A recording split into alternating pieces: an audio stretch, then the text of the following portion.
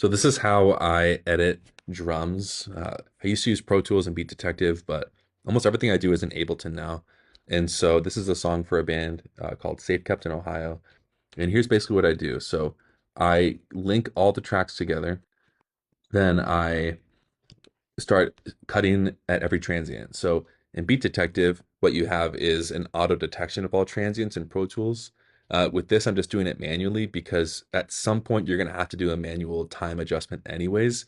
So I like to do it right away. So what I do is I cut it right at the transient a little bit before Command E, and then I do Option Shift and I just drag the whole thing into place.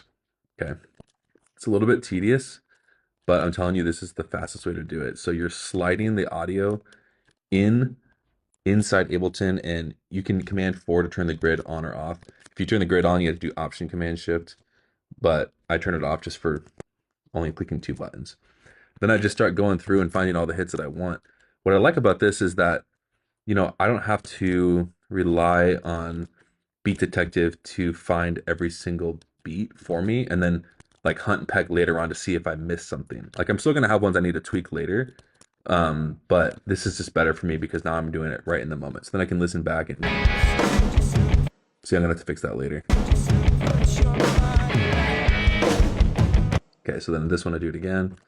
And literally I'll just sit here and put on a podcast and listen to whatever I want to while I just do this. It's kind of mindless to just sit here and just move these beats back and forth, but this is the way to do it. The Ableton has the drum to MIDI feature, and I think that's pretty useful because then I can just auto detect all the transients for the snare and the kick if I want to add a sample in to beef it up a little bit.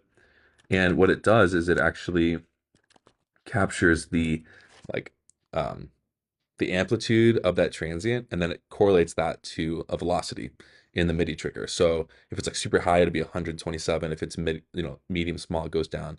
It can be a little bit high sometimes. There's like a random like one that spikes out, so I'll turn that one down. But then I actually have a little bit of like dynamic range already baked into the cake because sometimes when you're doing samples, you don't want to have it just be like doo, doo, doo, doo, doo, doo, doo, and it feels very inorganic.